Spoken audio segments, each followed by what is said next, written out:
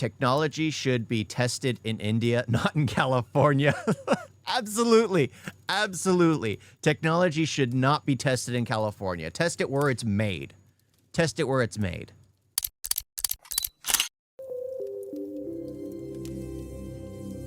Echoes.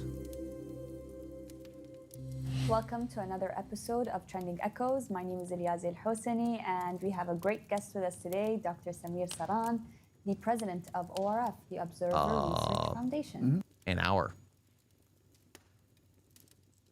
I'm just going to speed it up. Thank you for having me. The pleasure is ours. PhDs. I know that you took your bachelor's degree in engineering, and then you moved to your master's degree in media, and then your PhDs in sustainability. So you're a man that knows it all? No, I think I'm a man who kept escaping all the difficult subjects he encountered previously. So engineering was difficult, let's move to media. Media was complicated, let's move to sustainability. If I had to do the next degree, it won't be sustainability. What would it be? You know, I'm seriously considering, every decade of my life, and I'm just thinking about this, I have been back to college. Okay. And I think those years have been the most wonderful years of that decade. I have met the next gen. When I was in my 40s, So he's a serial college student. He enjoys going to college, enjoys further educating himself. Okay. Yeah, you are too, basically. With all your freaking things. Yeah. I mean, that's great. It's good to have your mind and educate. I mean, what is it like Tyson? Who is the science physicist? Neil deGrasse Tyson. He has like what? 14 PhDs, something like that. Like there's something about the intellectual ones that just prefer expanding their minds nonstop. Because the brains have the capacity to just constantly learn. You just need to learn how to file it all into your brain and keep it organized. That's why people learn talents like a mind palace, learn talents like how to formulate thoughts and how to remember things like off the top of your head. People develop those talents because they have to, especially when they just keep getting information. And the problem is, a lot of people don't like to learn. They just like the cram sessions in order to finish the course. So they don't retain much information after the fact. Walked and I ate and I partied with a generation that was in their 20s, and I could see, oh my God, they are so much smarter, they are so much brighter, they have so much more understanding of the times we are in, and that motivated me to continue to engage with them, learn from them, be with them. My journeys have been shaped by these 2 or 3 years I've spent in universities every decade of my life. 40s I did my PhD, 30s I did my masters, 20s of course I was doing my engineering, and the 0 to 18 is when your parents go to school. You don't, right? But we are just having fun. They are the ones who are busy with your homeworks and your grades and your college admissions thereafter. So I do want to go back. And I was just thinking that what could the next subject be? Because while I have focused on energy and engineering and sustainability and climate in my degrees, technology has really driven me. And I really want to think about going back to college and doing something that would be at the intersection of identity and technology, not human identity, but the technology that is going to be intelligent and will now have an identity of its own. And the conversations humans will have with the intelligent beings that they actually have seeded is going to be the most important identity debate of the future. How we treat our machines will decide how they treat us. And in that sense, that identity debate has to start now. Our conversations with our intelligent assistants and then intelligent mentors at some point, they will be guiding us at some point. And we need to have that debate. But do you think this technological identity that you just said is reshaping human identity today? Totally. I mean, I have many identities, right? You have many identities. And our digital identities, I always, in fact, I wrote a book recently called Geotechnology, which is actually superimposing the reality of our physical existence with the reality of our cloud existence, our digital existence, right? And I like that concept. I like that concept because a lot of people are different online than they are in person. A lot of people will say things online than they'll ever say in person because they're a different person. Some people are tougher online than they are in person. Some people are tougher in person than they are online. Some people don't really have much of a footprint. But it is an interesting kind of thought process because you can judge a lot about someone, what they're willing to do online than what they're willing to do in person. Because they're more of a weak person at that point because they are willing to say and do things online that they would never approach in real life. It's best to just wear your hat on your head. If you're going to do something, do something. Don't try to do something completely different. I wear this hat here. I wear this hat to work. I'm just me. I'm just me. I don't change my hat because there's no point. I know who I am. I know who I am. I like that. I like that concept because everyone does have a different footprint. Everyone does. And a lot of people pretend to be someone they are not. And again, there's nothing wrong with that. If you want to build confidence online, you can easily build confidence online. But don't think that'll correlate to you changing as a person in real life. Tell people that who we are, essentially, was the stories that were told to us when we were children. True. Right? I read about my epics, my religious books, my neighborhood stories, the stories of bravery, courage, valor, treachery, cowardice, etc. Right? And they imbibed in me, they coded in me, they programmed me in a manner that helped me decide what is right or wrong, what is the decisions to make, what is the right thing to do for your people, for your family, for your country, for your communities, right? So we were programmed by the stories that were told to us, right? In some sense. So our identities were shaped by the neighborhoods we grew in when I was growing up. Today, my stories are Insta stories. They're stories of TikTok and Reel. And they're stories of faraway places, of faraway revolutions, of faraway protests, of faraway celebrations, of faraway wars and conflicts and bravery and betrayal, right? I'm very different online to what I am today. I was just wondering if you were growing up in India or Abu Dhabi or any other global city where you're connected all the time, your local stories have no chance to compete. True. People are being dislocated. Yep, they're completely bogged down because it's the popular things that get traction. You could try to tell a story, and only the popular ones are the ones that push. There's no longer like real friends groups to where you can go out and just hang with your friends and tell them something you did or something you saw, because it's all done online, and you're removed by the algorithm because there are only the popular stories are the ones that are pushed, not the small stories. I like how he's explaining things through the mediation that is shaping their understanding of the world. So, in some ways, John B. Thompson, if I remember correctly, wrote this book, Media and Modernity in the Last Century. He was talking about broadcast media. But he argued that we all have mediated histories. We don't live through histories anymore. Our histories are all mediated. In India, you would find people resonating with anti-nuclear protest in Germany rather than what was happening in their own neighborhood or in Sri Lanka or in Bangladesh. Yeah, just like in the U.S. People dealing with what's going on around the world without caring about what's going on in the U.S. The problems that the U.S. is dealing with. No, they'd rather talk about what the other people are dealing with, the other nations are dealing with. It's just like, no. The U.S. has its own problems. Address those first. Sometimes it does involve aiding other nations, but most of the time, you need to take care of the things first. Afghanistan. They would have greater resonance for the plight of... I knew you were the kind of target for this. I knew you were the target for this kind of... crap. I'm reading too quickly. I'm listening to... Okay. I knew you were the target audience. That's the word I was missing for this kind of talk. I enjoy the Sandman kind of clickbait kind of videos, but these I appreciate more. I prefer them more informational. The thing is with Sandman, I can pause it and argue for hours. But when it comes to something like this, it's nothing but like agreements. It's nothing but like agreements, because it's like, I completely understand. I completely see where he's coming from. It just seems logical thought. Absolutely logical thought. Being able to see the world as a whole, realizing what is being lost because of media. I don't have that. Sadly, I don't have, well, it's a good thing, but a bad thing. I wish I could do more of this for a living. But sadly, I don't have that big of a social media footprint. But that's the thing. I am not good at doing social media in general. I never have been. And it's just like one of those things. Like me and my brothers just don't seem to have the itch for it. My brothers got into Vines. I never did. It was basically like a 10-second video and it'd make you laugh. I never understood that. I spent my childhood editing videos for YouTube. That's where my childhood went. But yeah, I enjoy this kind of stuff because it's all just like, yes, he's making absolute sense. But then again, I can't argue with a genius. I mean, of course, I'm just going to agree with everything he says. Of course I am. It's just like me trying to argue with my wife. It's like I'll try to argue, but she's the genius. In the end, I'll just be like, yes, you're right. She'll be like, didn't I tell you? Like, you're right. Yes, you did tell me. You're right. Certain situations in distant geographies, because it's available on Instagram, it is bombarded into their daily lives through different mediums, then with their own neighborhoods who are not necessarily connected in the same way. So we are changing. Our identities have been transformed by digital. And many of our responses today are no longer authentic and organic. They are mediated. I think we have the death of authenticity. That is what I say. What has really happened with the digital is that authenticity is died. Okay, so talking about media and Yep, because so many people are fake. That's why I've always like it's rare. Like normally I preferred like informational videos on YouTube or people who would just honestly speak their mind. I've never seen a Mr. Beast video. I don't really know what he does. I've never seen. I watched like crap. What is he? A Ludwig. I watched like 1 or 2 Ludwig videos, and I hated how he was talking. He was like so passive, like not even a real human being, trying to be as politically correct as possible. It's like, dude, nobody in real life talks like this. Nobody does.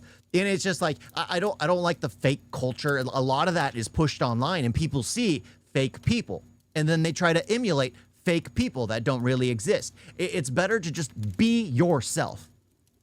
Open and honest. That's why VTubers started popping off, because people could actually be themselves without the criticism of having their face plastered everywhere, calling them like a racist or whatever. I embody my racism. I embody my sexism. Absolutely. Absolutely. Because I just view it as funny. Like even when I was in college, I dealt with like medical ailments. And then my first real interaction with other people was really in college. And I realized then that everything you hear about me is 100% true from a certain point of view.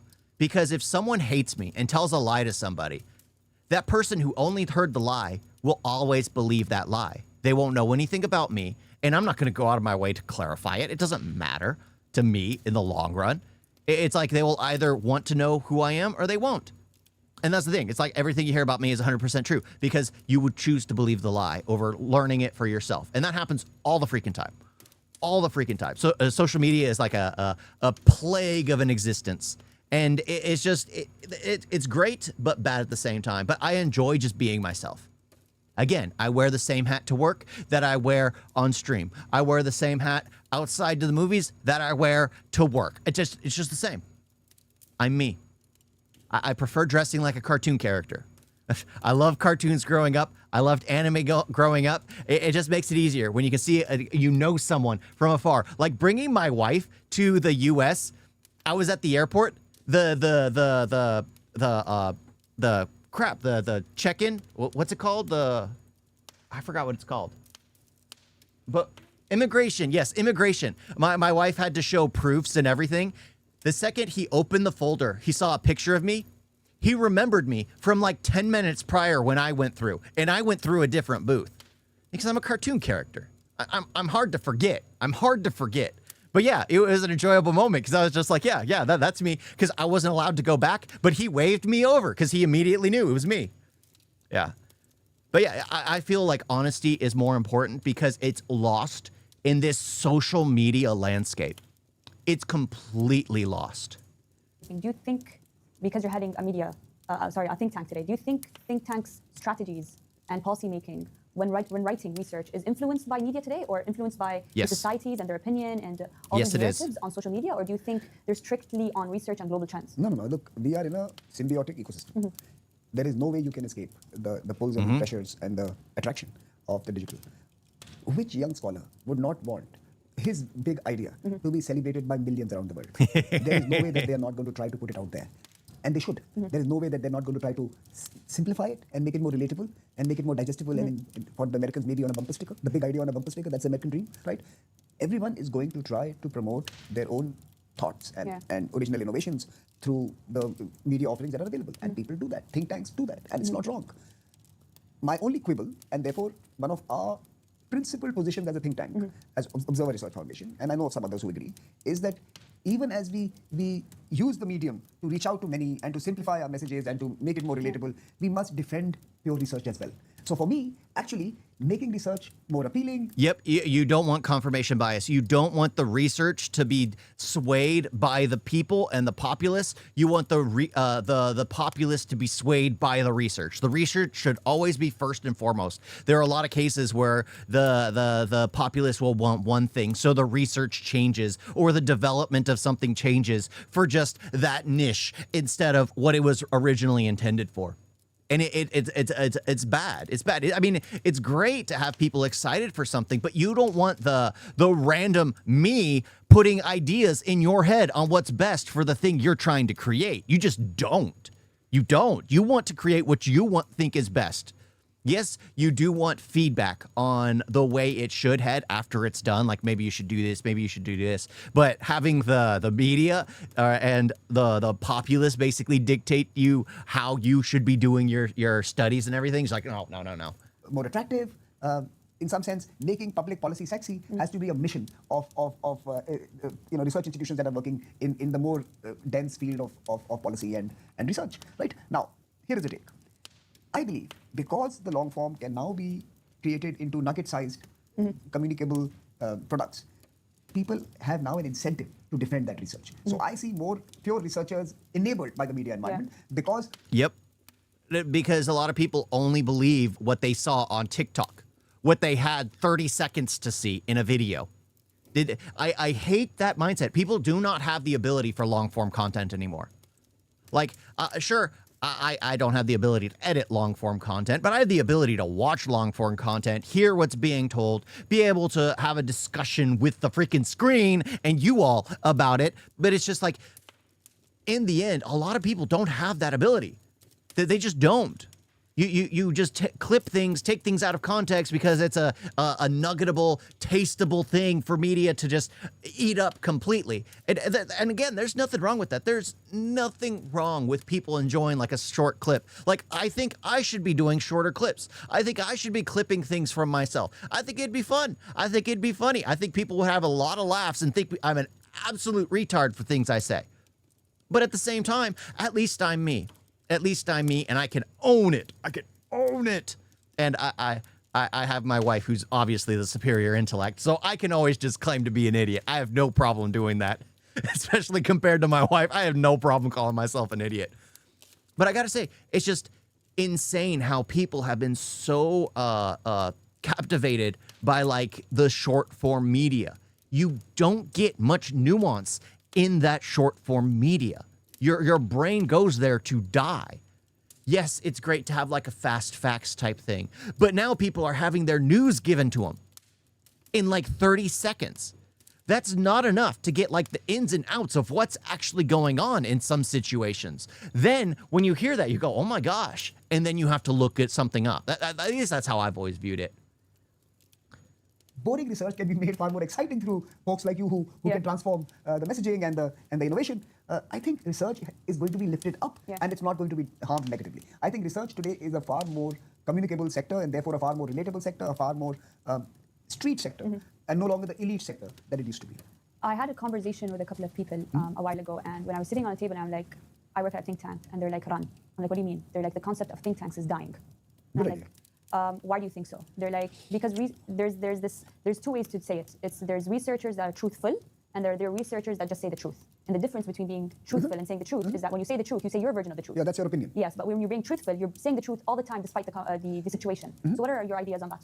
Look, I think all of us have to be truth-filled and truthful. Okay. And if we are really truthful, we will also reflect and admit that this is a point of view and not the entire landscape. So I think truthfulness is important to have truthfulness. So in some sense, you have to be honest to admit that this is your position and there are other perspectives and perhaps the median is somewhere in between and we need to discover that through conversations. So I think both are complementary and not necessarily contradictory. So for me, truthful allows you to be truth-filled, and truth-filled allows your personal opinions to move over time. I have changed my position so many times. You know, there's a famous saying, when the facts change, your position... Yep. There's nothing wrong with changing positions. Everyone does.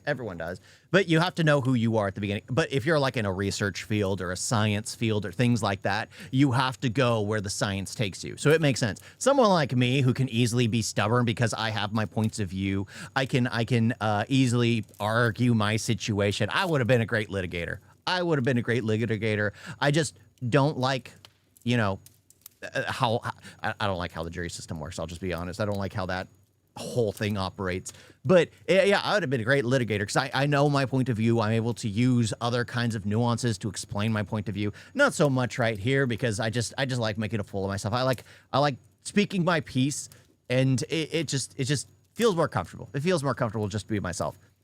But yeah, when you're a researcher and stuff like that, you have to follow the research. You have to change your mind depicting the research you find. Just like anyone else who comes across actual facts of the situation. Just like the way the world views Gandhi, and then you actually find out more about him. It changes your perspective. You have to change your perspective and go like, wait a minute, this sounds idiotic. Must change. So as you become more aware of issues, of developments, of realities that you were unaware of, reflective people generally tend to change their mind, and changing a mind is not bad. For example, Francis Fukuyama, end of history, right? We have all become this. We have all now entered Pax Americana. Everyone is now market-based and liberal and living the American dream all over the world. We don't have any differences, a homogenized world. To his latest book, which is called Identity, which is basically the end of where he's basically changed his mind. So in some sense, all of us evolve over time as we encounter new reality. So I think both are two sides of the same coin. Being truthful is a good virtue, but without being truth-filled, it is only sound bites and not necessarily progress that we see as a think tank. Now, why are think tanks dying? That's the big question. Think tanks, as we know them, perhaps may be declining, maybe becoming less relevant. But think tanks of the future will continue to ensure that this craft, this trade, is dynamic and is actually an essential part of any public sphere. Now, let me tell you why are they declining and dying. Okay. For example, if we are honest about it, you had tons of folks or literature writing, long-form articles on climate action. You had the Brookings, and you had take the top 10 American institutions, all writing pro or against, for or against, arguing for energy transitions, arguing for government action, arguing for whatever. Millions of dollars were given to them by various funders, by hundreds of funders were giving them millions of dollars to move the needle to one little kid in Europe. And by the way, I don't agree with her at all. Okay. I disagree with her completely. Okay. But she had more influence than all the Brookings of the world put together, Greta Thunberg. Greta Thunberg and her climate action. Yep, the freaking Greta Thunberg nonsense. And the thing is, most of the people knew, it doesn't matter. It doesn't matter. Stop. I don't care. Just take care of the nation. Take care of the nation. Take care of the nation. And then you have this annoying girl, how dare you? How dare you? How dare you? And then all of a sudden, guess what? Every nation has changed their tone. And it's just like so stupid. So stupid. I don't care what any nation thinks. Every nation should just take care of themselves. They shouldn't listen to one stupid girl that ended up becoming a millionaire because she said, "How dare you?" Yeah, she became a millionaire because of that nonsense.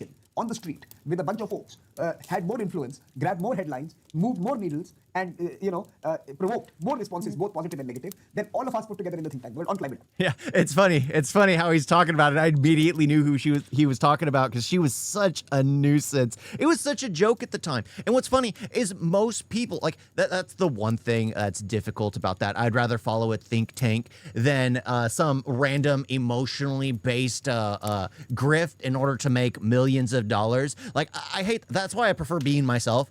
Because I could easily grift on things and probably make more money that way. The problem is I wouldn't be truthful to who I am. I mean, I'd be richer, but I wouldn't be truthful to who I am. And I'd probably hate myself and feel myself to be disgusting. And I honestly care about how I feel about myself. There are only 3 opinions that matter in life. What you think about yourself, which I love myself, what your significant other thinks, and my wife loves me, and what God thinks about you. And of course, I love myself, my wife loves me, so of course God loves me. But that's how I've always viewed life. I mean, even if you don't believe in God, there can always be like a third thing you can put in there. Because as long as you have 2 of the 3, you are good. You are good. You shouldn't take into account what anyone else in the world thinks. It shouldn't matter to you. It shouldn't matter to you. You should be happy with who you are. I'm talking about one specific field. What does it tell you? It doesn't tell you that think tanks have died. It just tells you that think tanks should have been including Greta Thunberg as part of the stakeholder group, as part of the communities that they need to work through, as part of the new influencers who are going to shape the future. So No, not the Greta Thunberg. You just needed a girl going out to the UN and crying and complaining. Tanks where stiff, tie-wearing, middle-aged men could smoke cigars and have conversations and believe that would solve the problem in the world are dead. Yeah. Think tanks today have to be nimble, agile, out there amongst the people, and yet have that ability to produce facts through deep research and enlighten the communities they are proliferating, right? So think tanks of the new world will have... Yep. You're going to need people in those think tanks that are actually good on media, who are able to slowly give out an informative video that is short form. Because that's where most people get their information, and that is what goes viral. You need someone who knows who is entertaining enough, so they would need to be involved in think tanks. So it has to be a part of think tanks now. A media specialist, someone who's able to captivate a good known face. You will have to get like actors and stuff. It's just like, it becomes more of a whole thing. But it's good. It's good. You need to get the information there. Will have a visage of a media entity, will have the core of a research institution, and will have the leadership of a startup. You have to be hungry, you have to be relentless, you have to be agile, and you have to be out there. Okay, so you have this very diverse educational career. How do you think that reflects on how you build the strategies and policies, but also the objectives of ORF, and how you build messaging on your platforms, and how you transform research in a way that better serves the audience today? Here I think it might be useful to understand how we have organized research at ORF. Okay.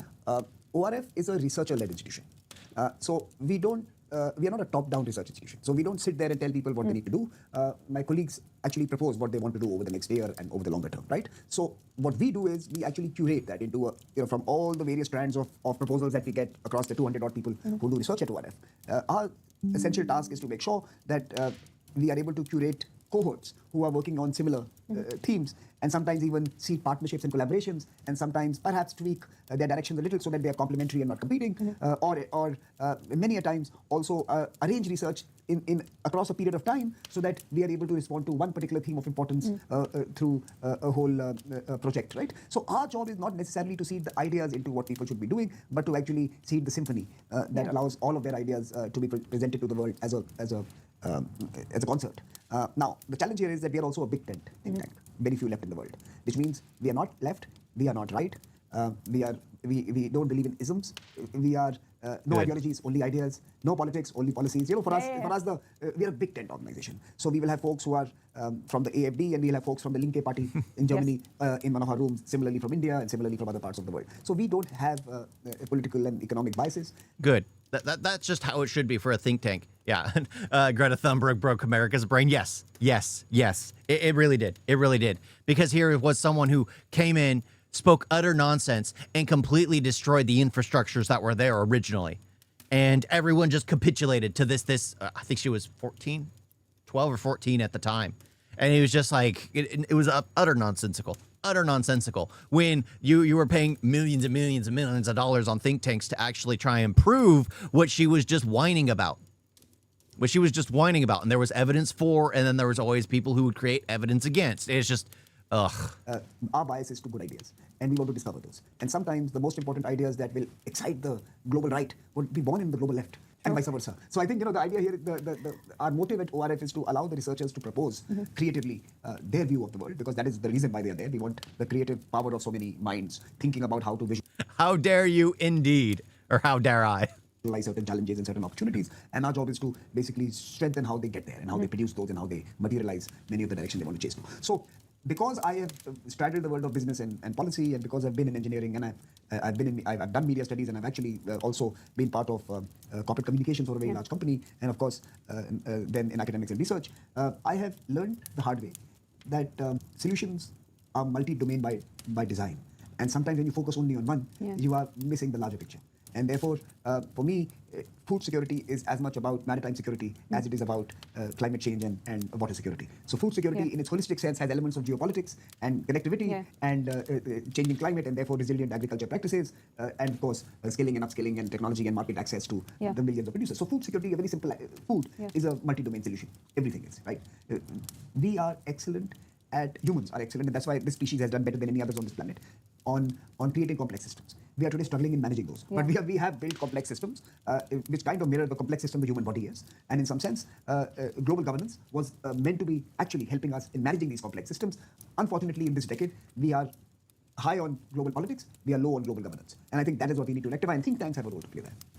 I know you're the founder of Risina, which is a dialogue that happens each year. And last year you talked about peace, which is something I think is very important. It is a topic that people should continuously talk about. This year I saw the premiere video of Risina, and in your premiere video, I know, you being you, that every visual that was used in the video had a message behind it, and used 3 words: conversation, community. Ideas? Yes, ideas, conversation, community, and that we should invest in 3. Can you tell us more about the dialogue this year?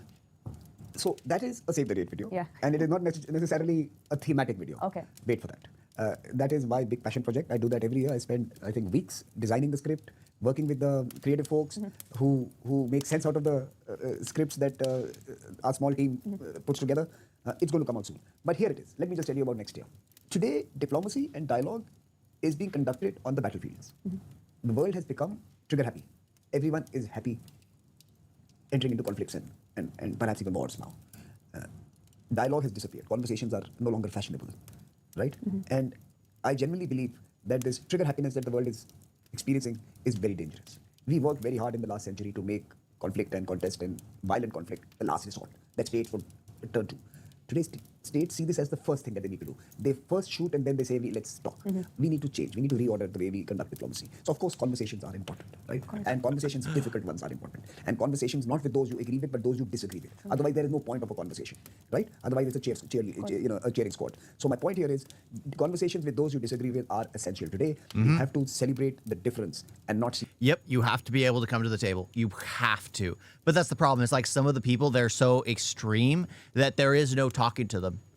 There is no talking to them. The problem with extreme groups, you have to take them out of their support structure in order to actually have them come to the table. Because if they're allowed to always go back to their like-minded cultish mindset, they will always be reaffirmed in their paranoid beliefs. That's the problem, is especially in like politics or religion or whatever.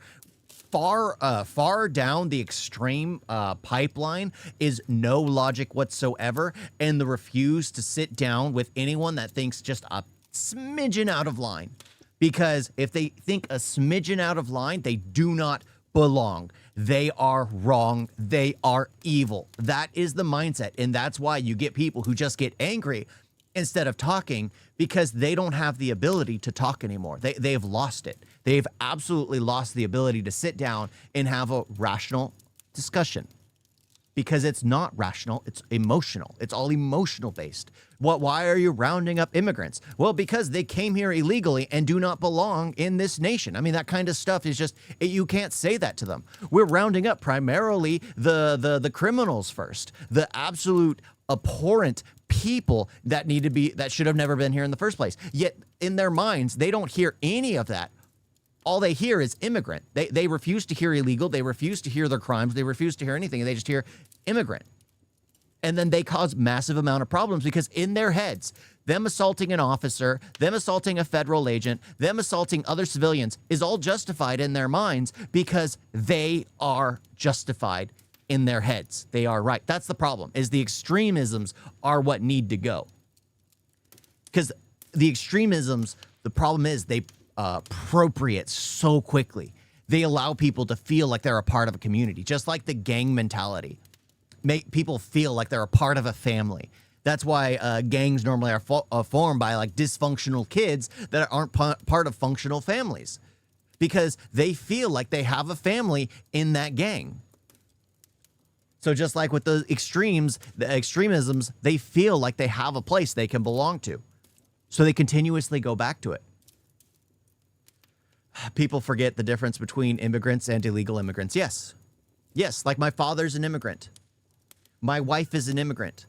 My tia, tios, my abuelo and abuela, we're all immigrants. But I wouldn't want them gone. They shouldn't be gone. They're all green card holders or citizens now. Well, except for my wife. She's still on a visa. But it's just like people refuse to acknowledge that kind of stuff. That's the problem. It's like, yes, I love the messaging. The problem is there are groups of people that you could just never sit down with. You could never have a conversation with. And it is awful. It is absolutely awful when you're looking at someone who's just... Like my grandfather, before he passed, he was getting close to dementia, my abuelo, actually, he was the one dealing with dementia, like really bad. And watching him, you get that same feeling with those people who are extremists. It's like, I used to know you. Why won't you talk to me? Like my mother had people that absolutely hate her. And my mother's like one of the nicest people you could ever meet. And people hate her and think she's an absolute racist, because she thinks people should sit down and talk to each other. I mean, how is that something barbaric to say? So I'm pretty sure he got hate comments for saying that kind of thing, because it's hard to talk to people. It's hard to sit down and talk to someone who's just out of their minds. Talk is cheap. Yeah. Look at Venezuela. They sure talked a lot. Then what? One slap and back to being good boy. Well, they were, like, I think they were talked to several times, and they refused to come to the table. And then it happened, and then guess what? The U.S. got oil. Oil prices went down, or gas prices went down. Yay! But yeah, it was trying to talk. It was trying to talk. But yeah, the problem isn't the fact that people don't try to have discussions and sit down and talk. The main problem is some people just don't have the ability to sit down and talk.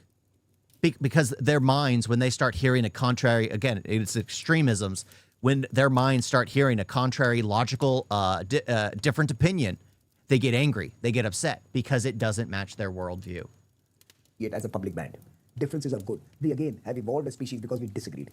There's no perfect storm could destroy us all because we had chosen different means and methods of existence. That's why we survived. We have to agree that by design we are meant to disagree. By design we are not meant to agree. Disagreement was good for evolution. And every human, like I've said it, no two people in this world are alike.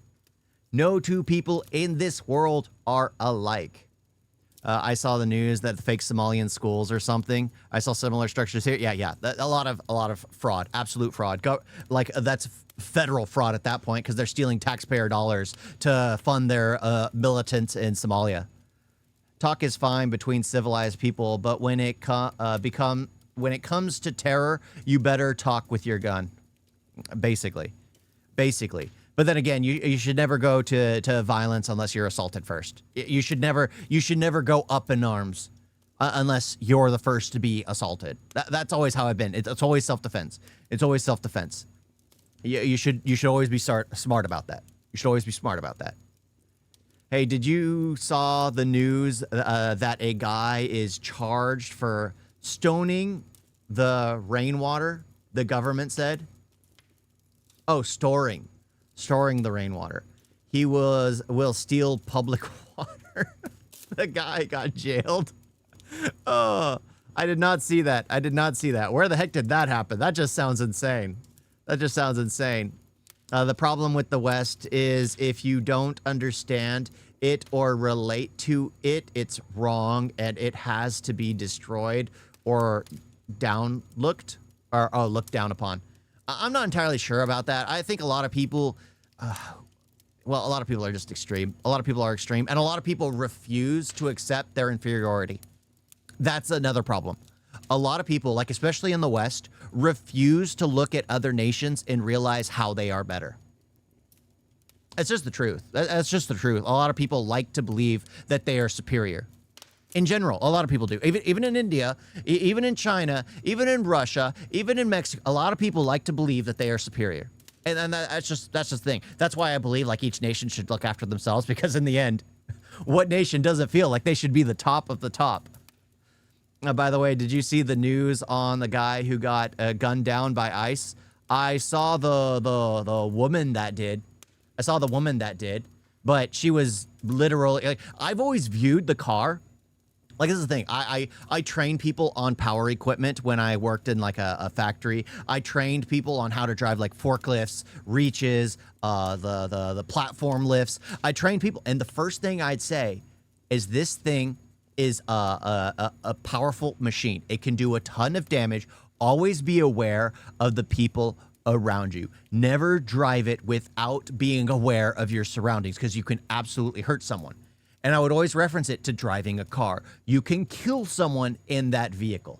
You can absolutely kill someone in that vehicle. So you should always be aware of your surroundings. You should always be, because you're in a weapon. You're driving a weapon. There's a reason why in like the video game GTA, you get points for running people over.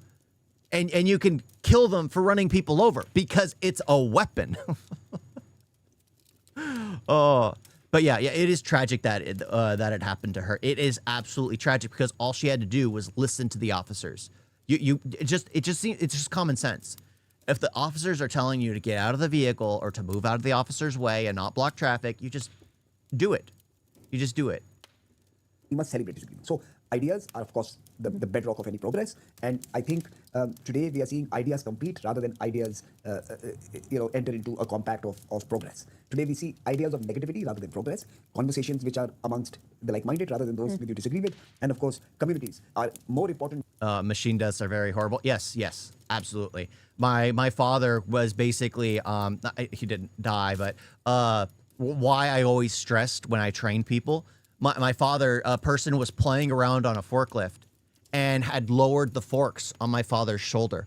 and his shoulder and back have been completely like destroyed ever since. He lives in chronic pain because of the damage done. It's terrible. It's absolutely terrible. Now than ever, we have actually come back a full circle. We went to the atomization of society. The individual human. The new incident is more on ice. Well, then there needs to be a trial. There needs to be an investigation. That's the thing. I mean, I understand a lot of the ICE officers are fearing for their lives. I understand that because they're going into basically an occupied territory at that point. Because the police officers are being told not to assist. The politicians, the judges are refusing to give out the subpoenas or the locations of the illegal immigrants. So it's just more of a problematic. It's become more and more problematic in Minneapolis. Cosmopolitan cities, New York, in its heydays, we all, the pandemic told us, when the pandemic hit us, we realized that end of the day, we relied on our communities and our societies. Communities were the cavalry, and I said it then, that there was no government armies coming to save us. There was no, superpower or great power or big power. They were all selfish powers. They were all saving themselves. Eventually, we all had to fend for our own, and we all had to look at our neighborhoods and our local governments and our immediate communities to cater to us. Where was the so-called superpower? They would rather throw the vaccine into the dustbin than give it to a country in Asia or Africa. They had excess vaccine supplies and none coming to the poor.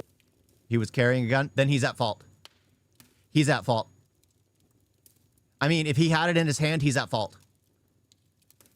Yeah, or because there's concealed carry, there's open carry, but that's the thing. They have to be in their holster. If he had it in his hand, they have the right to shoot him. Outright, they have the right to shoot him. Like my mother was in law enforcement, that she would have the right if someone posed a threat. Sure, they'll check the footage. Sure, there'll be that, but not in hand. Okay, then that is more questionable. That is the problem. That is the problem. Because if it was in his hand, then it's absolutely justified. Absolutely. I mean, I'd do the same. Because I'd see it as a threat. But if it's not in his hand, then no. Absolutely not. Absolutely not. Maybe I can find the video. Part of the world. I mean, a developing country like India was sending vaccines to 125 countries. Because we believed in that sense of community and the sense of sharing and the sense of solidarity, right? So my point here is, in a world which is as broken as we are today, and I'm sorry to rain on anyone's parade who's celebrating 2025 as a year of celebration, and I know some people are, but it's not. It is the manifestation of what is wrong with us, not what is right with us.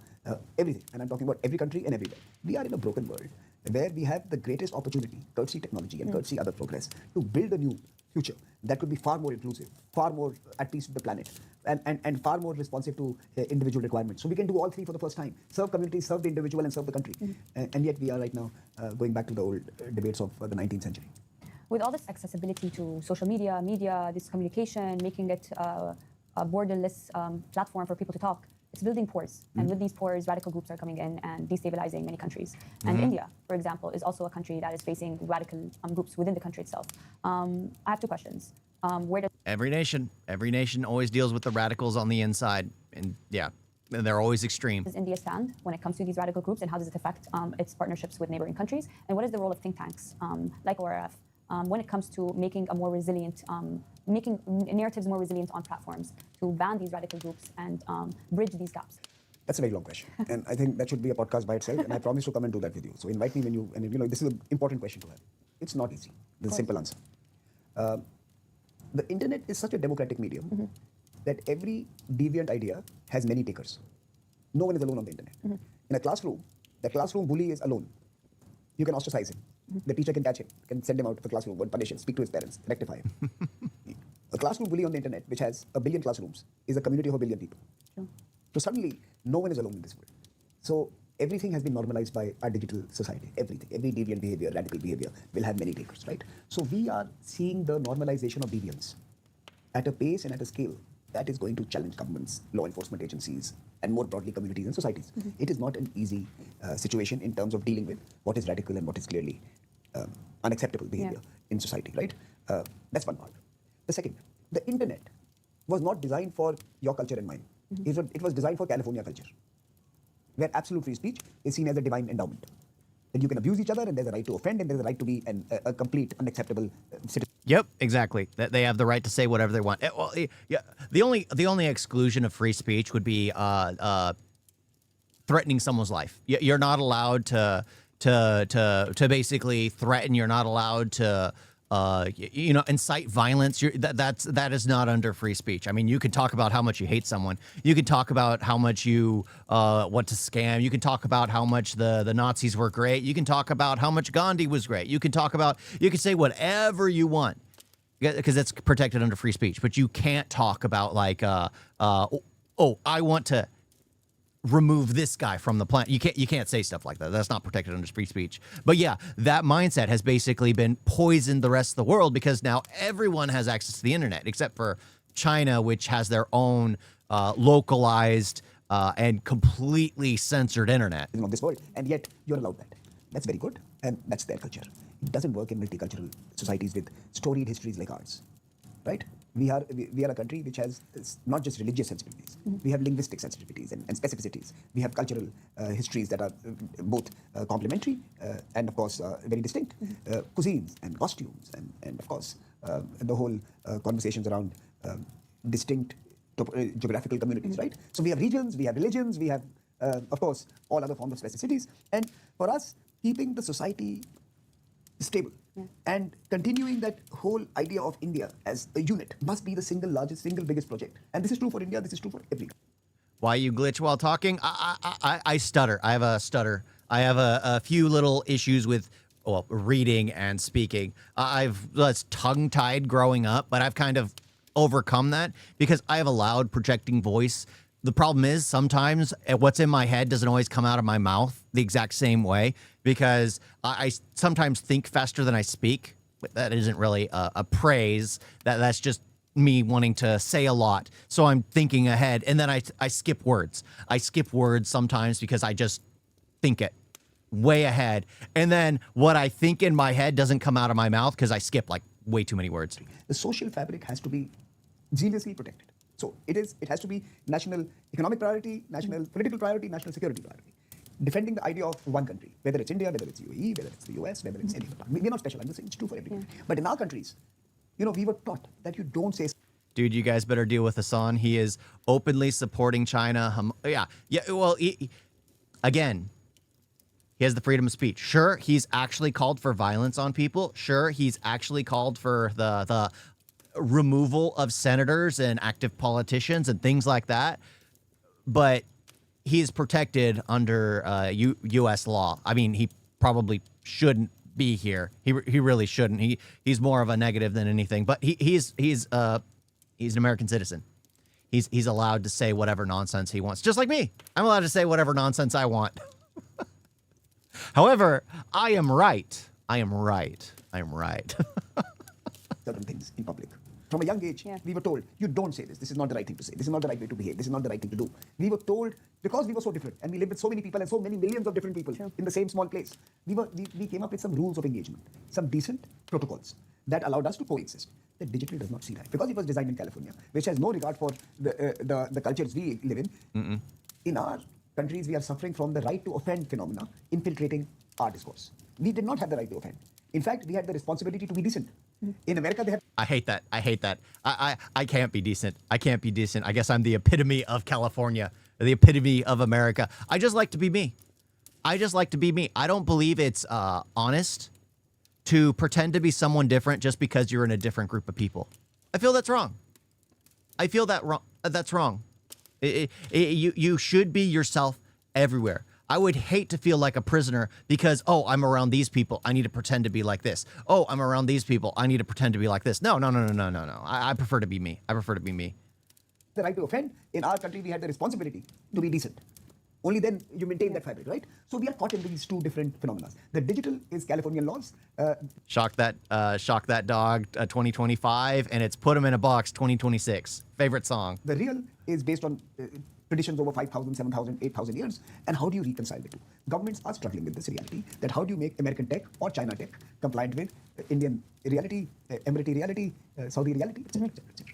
Now, but you do have to be different. If you have to censor how you feel, if you have to censor what you have to say just to make the other people feel comfortable, then you're not being yourself. Yes, some of us are abrasive. Some of us, and yes, there is being respectful. Like I'll be polite, but if someone says something disrespectful to me, I'll say something disrespectful to them.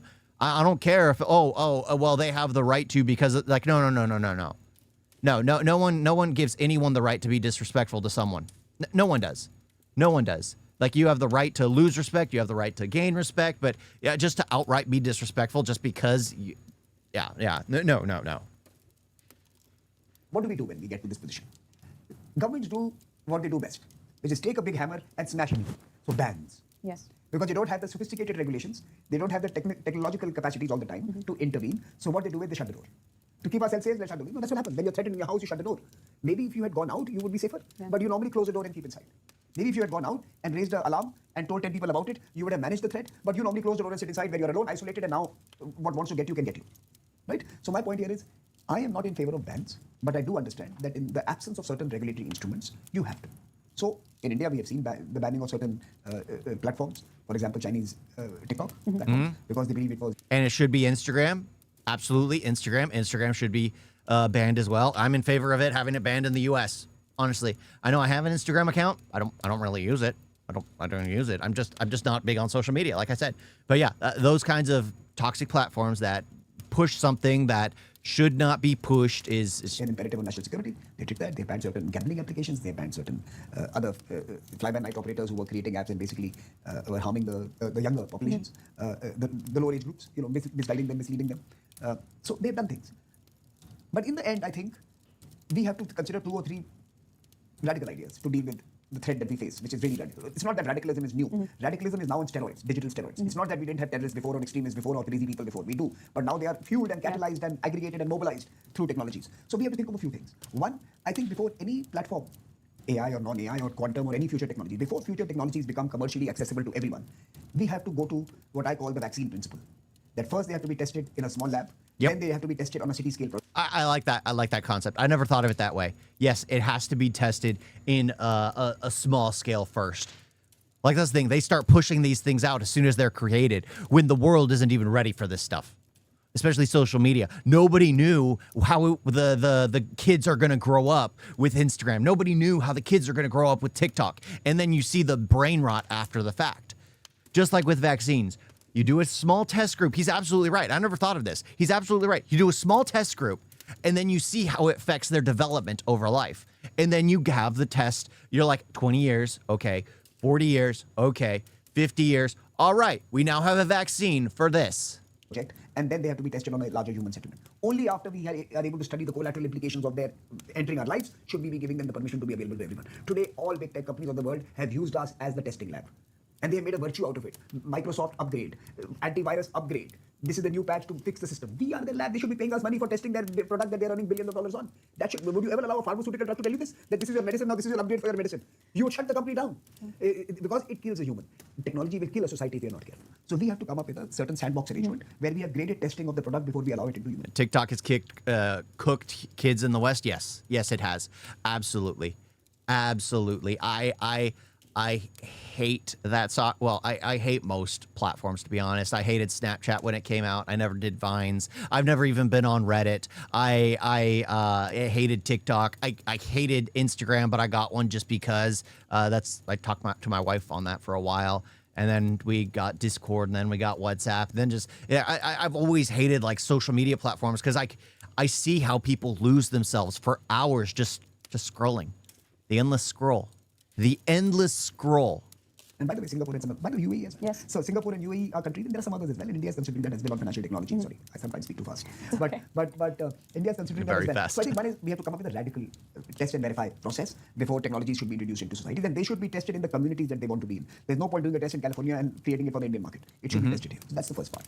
The second, I think there's a very interesting episode that has shaped my life.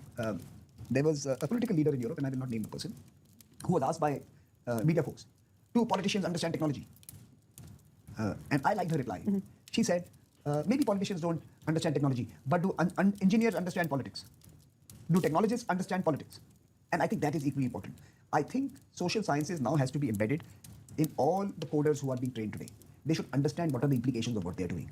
Technology is no longer about getting efficiency and economic output. It is also about... Yeah, the thing is, the education system, especially in the U.S., is absolutely broken. People go out of school not knowing anything about anything.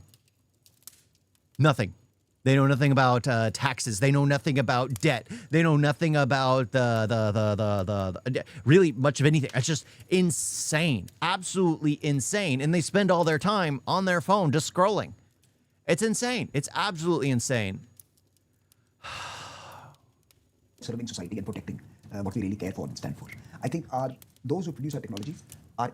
Dude, it's not even about the time waste. Literally 99% of posts are anti-West and radicalized people, person against America / West. Yeah, I mean, I believe that. I believe that. I mean, it's funny because I'll talk to people who have YouTube and they're like, oh, no. It's about your For You page. You can condition your For You page to be... No, you can't. No, you can't. It's always pushing one kind of narrative. You can't condition that. You absolutely can't. Sure, occasionally you'll find something that's funny, but eventually it's trying to feed you nonsense. Very young, because that is it's a young man and woman's sport. But more important, they are not necessarily exposed to the consequences of what they're doing.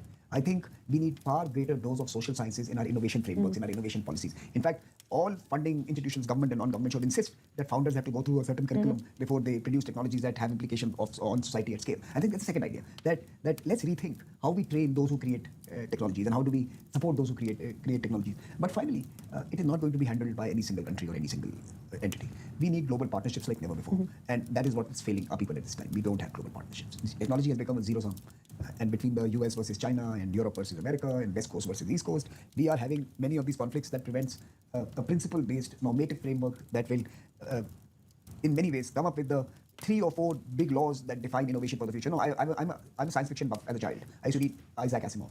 I've read each book of his, and many others. But I remember Isaac Asimov had the 3 laws of robotics. Very simple. That the robot will not harm you. Very simple. So now there's nothing that you can do. Every program that builds an intelligent being has to be designed in a manner that they cannot harm a human. That a robot will harm itself before a harm falls on another human due to certain. They had some 3 laws of robotics. We have to come to some we don't have to come up with legislations. All our political class loves writing long legislation. They have to come up with some 3 or 4 very simple principles. Yep. Why does it always have to be long? Why does it always have to be long? Just have a simple code that most people can understand. Very basic. And then there's different ones. Yes, there would be the long form for each individual politician, but I love how he's talking sense. I love how he's talking sense. Like using the code for robots, like the 3 laws for robots is just, I like that. I like that.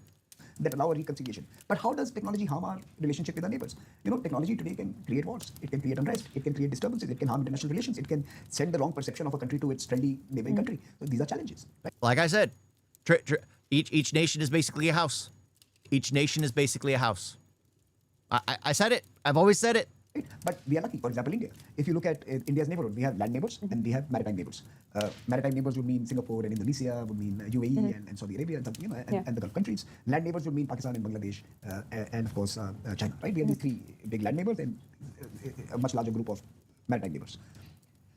Some of our best relationships are with the countries having distinctly different religious and cultural traditions. For example, I can without any hesitation say that the India-UAE partnership is the hottest stock on the global stock exchange. I think the last 10 years, the transformation you have seen in the political content, in the economic and business relationship, in the relationship between our cities and our peoples, is huge. Yesterday, I was going back to my hotel and we were celebrating the opening of IIM Ahmedabad Dubai campus. The previous month, you had IIT Delhi in Abu Dhabi. You have ORF Middle East in the World Trade Center. So in some sense, our leaders are wise. Radicalism and radical groups and radical action can harm everything. I like how he's talking like me. Sure, he's more intellectual than me, but he sounds like me. He sounds like me. I'm pretty sure I've said a ton of this crap before. He has better analogies than me. I never thought to treat it like a virus, like sorry, not virus, shoot. What are you giving kids? Vaccine, sorry. Vaccine. I never thought to do that like vaccine or like the 3 laws for robotics. I mean, I never thought of that. That's like absolutely perfect. I'll probably be stealing those from now on, honestly, because it just makes so much sense. Now that he said it, it's just like, oh, thank you. Now I have a better way of saying it. And then he's basically talking about neighbors. I always talk about neighbors. Always. Yeah. I am a very intellectual person. Obviously. Forget what I told the guy previously. I'm definitely intellectual, definitely not an absolute idiot. Let's not be foolish and naive about it. international relations can be harmed, brotherly relationships can be harmed, friendly relationships can be harmed. We need wise leadership who looks above all this. So I think we know, for example, in the instance of UAE or India or Saudi Arabia or India, they know that yes, we may have our largest population might be Hindu, your largest population might be Muslim, but look, we are serving our people and our region. And religion is a pursuit. People. Serving their people. Oh, that just sounds so good to hear. So good to hear. I always feel like I'm talking nonsense into a void sometimes. I always feel that way. I know people agree, but at the same time, hearing like a high intellectual say, it's just like, oh my gosh, thank goodness. Thank goodness. It's not just some idiot, random idiot online. It's a high intellectual being like, yes, take care of the people. People are number one. That must be encouraged and nourished, and we do that. We celebrate our festivals, we celebrate our temples. We are not saying that you can't do this. We like to celebrate all forms of religion. You know, by the way, in both UAE and in India, right? We celebrate all our festivals together as communities. They're celebration of being a community, and yet national responsibilities of economic growth, of infrastructure, of progress for our people is what drives national policy. Yes, national yes, relations. yes. Friends come from very diverse backgrounds. And I've just named a few of them: Indonesia, Singapore, UAE, Saudi Arabia. You will not find a common pattern linking them up. You don't choose your neighbors; you celebrate with them. But what do you think is the biggest misconception about the UAE-India relationship that you hope people would understand more? Because I know that I cannot see the UAE without India. They coexist hand in hand. And like we had a conversation earlier that we have many similar traits, many similar cultural morals and values. But misconception in India or in UAE or globally? Globally. And in India and in the UAE. Okay. So look, I don't know about misconceptions. Okay. So I think there are weak assessments. Okay. For example, like you rightly mentioned, most folks don't realize that ours is not a trading relationship. Ours is a much deeper partnership across time. We were where globalization was born. You know, the traders in this part of the world and the merchants in our part of the world were connected by the magic of monsoons. And then, of course, from here you were connected to Europe. And you know, that's how globalization began. The IMEC, the Indo-Mediterranean, has a crucial hub, and that is called the Middle East. In some sense, that's how the first global order was built, right? So we have a civilizational affinity to each other. You know, I always say this with seriousness and as a good line, that every Emirati family has India in their history, from hospitals to schools to travels to Bollywood to holidays. They would have India in their life. And what is equally true is that every Indian family going ahead will have an Abu Dhabi or Dubai in their life. So we are connected across time through the journeys we have taken. That's the link. So that's the misunderstood. Yeah. We are not a $100 billion relationship or a partnership for connectivity or trade. We are a partnership of hearts and minds and of histories. We are connected by hearts, minds and histories, and we will be walking together. So I used to always joke and say that London is my favorite Indian city. That's no longer true. Dubai is I get it. That makes sense. Yeah. Indian city, and Abu Dhabi is going to be the innovation hub that will define India's future. So that's one way of looking at it. So that's not necessarily understood the depth of our relationship. The second misunderstanding is I think people don't realize the transformation of India's participation in modern UAE. You know, from the blue collar workers in the past to those who are now sitting on the top floor of the big enterprises. There's a huge transformation. You know, roles that were typically reserved for Europeans and Americans today are now equally being... Yes. It's not primarily Indians. It's primarily just Muslim nations sending their people there. You know, in many ways offered to and are seeing the presence of Indian leadership, right? CEOs and the C-suites in big enterprises, be it the ports and infrastructure companies, be it some of the biggest financial institutions. You see the transformation of India's role in UAE's life. I think it's not necessarily understood that India today is part of the entire spectrum of the UAE society. You know, right? From the financial sector to the construction and real estate to the big factories and, of course, the workforce. You see India all over, and people, until they get here, don't realize that that is the depth of the connection, right? You have what? 50% of the population of Dubai is Indian, and maybe close to 45 or so is across UAE. It's remarkable. Even I didn't realize that. You never realize it until you see it. Sure. And most importantly, and people will hate me, but barring Delhi, perhaps Bombay, there is no Indian city with better Indian food than Dubai. I know many people are going to go crazy when they hear this, but it's true. The best Indian food very soon will now be found in Dubai and Abu Dhabi, and Indians up your game. Otherwise, the best food is going to be here. I think that's something that's understood. On the other side, on just flipping the gaze, I think very few realize how important UAE is to India. It is not a state, a city-state, or a trading hub or a connectivity hub. In India's geopolitical calculus of the future, where it sees itself as a $10 trillion economy, $15 trillion economy, third largest, second largest global actor, there is no future that does not see a very strong, vibrant UAE contributing to that journey. Without UAE, our journey will not necessarily be easy. For me, UAE is going to, in many ways, be for India that anchor that will allow India to discover itself. And I think the essentiality of UAE is sometimes not understood. People think that it's a Singapore or it's a... No. UAE has a political importance, has a social importance, and has an economic importance that is uniquely UAE. A topic we talked about before this question was technology. And I want to ask, realistically, can India take a leap at the forefront of being a leader in tech governance, or is it going to stay independent to UAE, countries like the UAE, China, or the US? Look, if we are partnering with UAE, that's a good scenario. So I think that is the given. Wherever we are in our technology journey, I think UAE and India are going to walk there together. In one way or another, we are both going to influence each other's future technology. But coming back to the larger question, is India going to be a technology leader or a leader in offering innovative technology governance solutions? The answer is yes. Why do I say yes? Both. I say yes because signs are there. We are the world's most sophisticated digital payments architecture. We needed to reach billions of Indians and empower them and open bank accounts and include them in our financial institutions. And we did it using technology, and we did it faster, and we do it at a scale unprecedented. We are 5 times bigger than China. There is nothing else that we are bigger than China in other than population. But now we are 5 times bigger in digital payments on a daily basis, 5 times bigger than China. So can you imagine the sophistication of our digital payment architecture that allows every individual using whatever device they want to use, sitting in whichever place in the world they are sitting in, and interact with each other at zero cost, zero friction, zero time. Literally, it's an amazing technology. That technology is not just a payments technology. That technology is also a technology where you can actually message each other. You can do many things with each other. India has built a super app by maybe by accident, but we are there. We have built a billion-plus platform, which only 3 countries in the world have: the US, the Chinese, and the Indians. No one else has a platform at that scale. So India has built a platform of its own on its own technology and open source. If you were to Google the word bosip.io, and I tell your audience, go to bosip, MOSIP.io, look at the number of people outside of India who are using this particular technology. 128 million as of last week, maybe 130 million folks are using this. India is silently changing the nature of technology offerings for the developing world. 27 countries around the world use the Indian framework for technology. So that's there are signs. Yeah. Now, can we compete with, say, the ChatGPT and DeepSeek on AI? Maybe not, but we will build something which will be very distinct and different, and will make it accessible to the next 7 billion. ChatGPT is for the first 300 billion. DeepSeek is for the next 1 billion. We will take AI to the next 7 billion. We will give you AI on your mobile phone and in your language and in your location.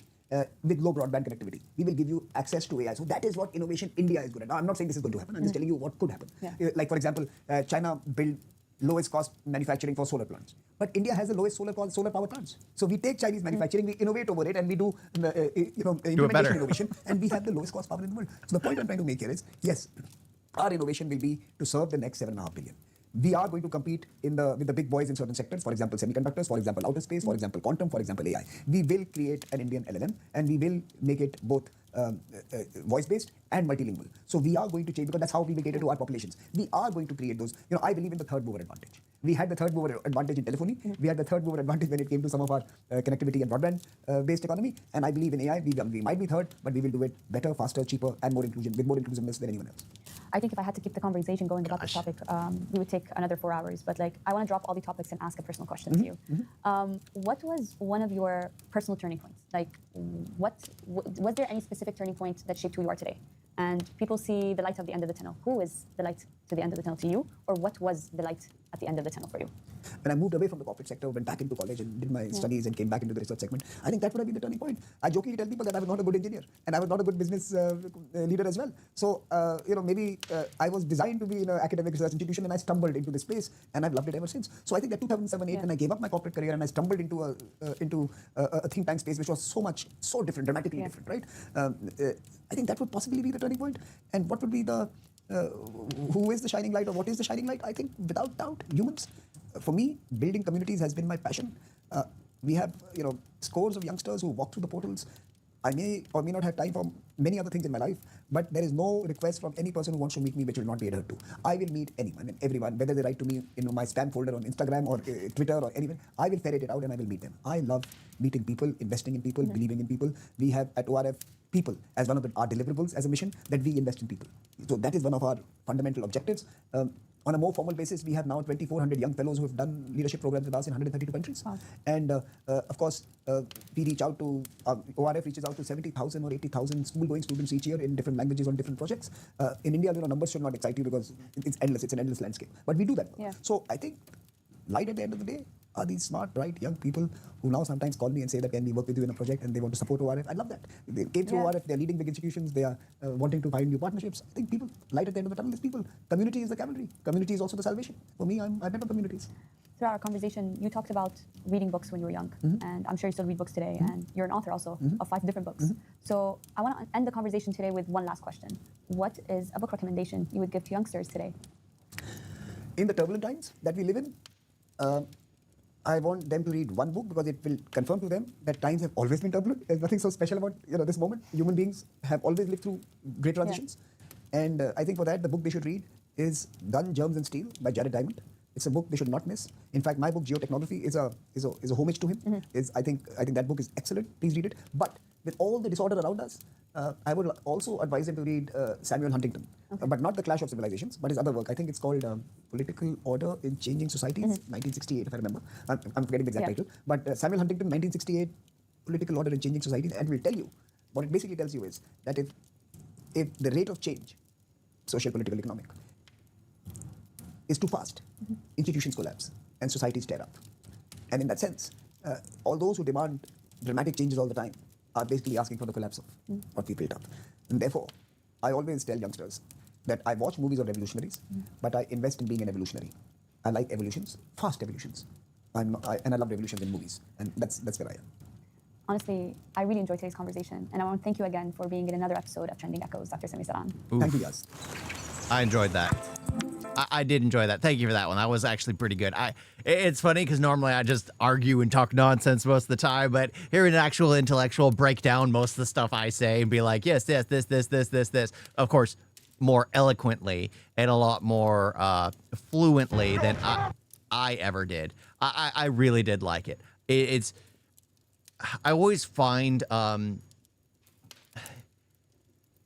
find like very informative videos, always enjoyable to watch, always things to learn, some things I don't understand. That one I just felt like I completely agreed with anything until he got into like at the very end where he's talking about like technology, the future of India. I'm just like, I just want to hear.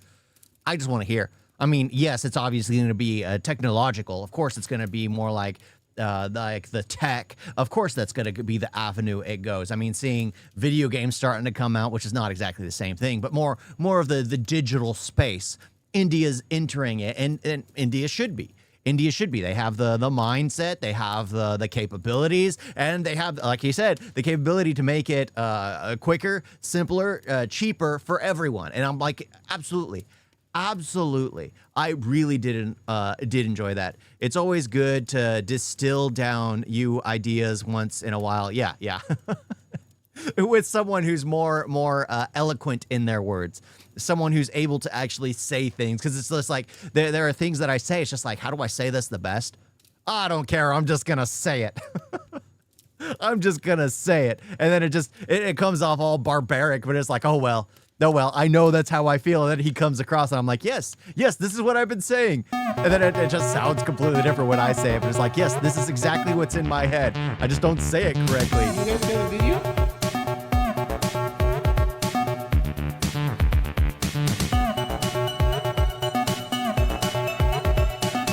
So bad. And don't forget to like and subscribe.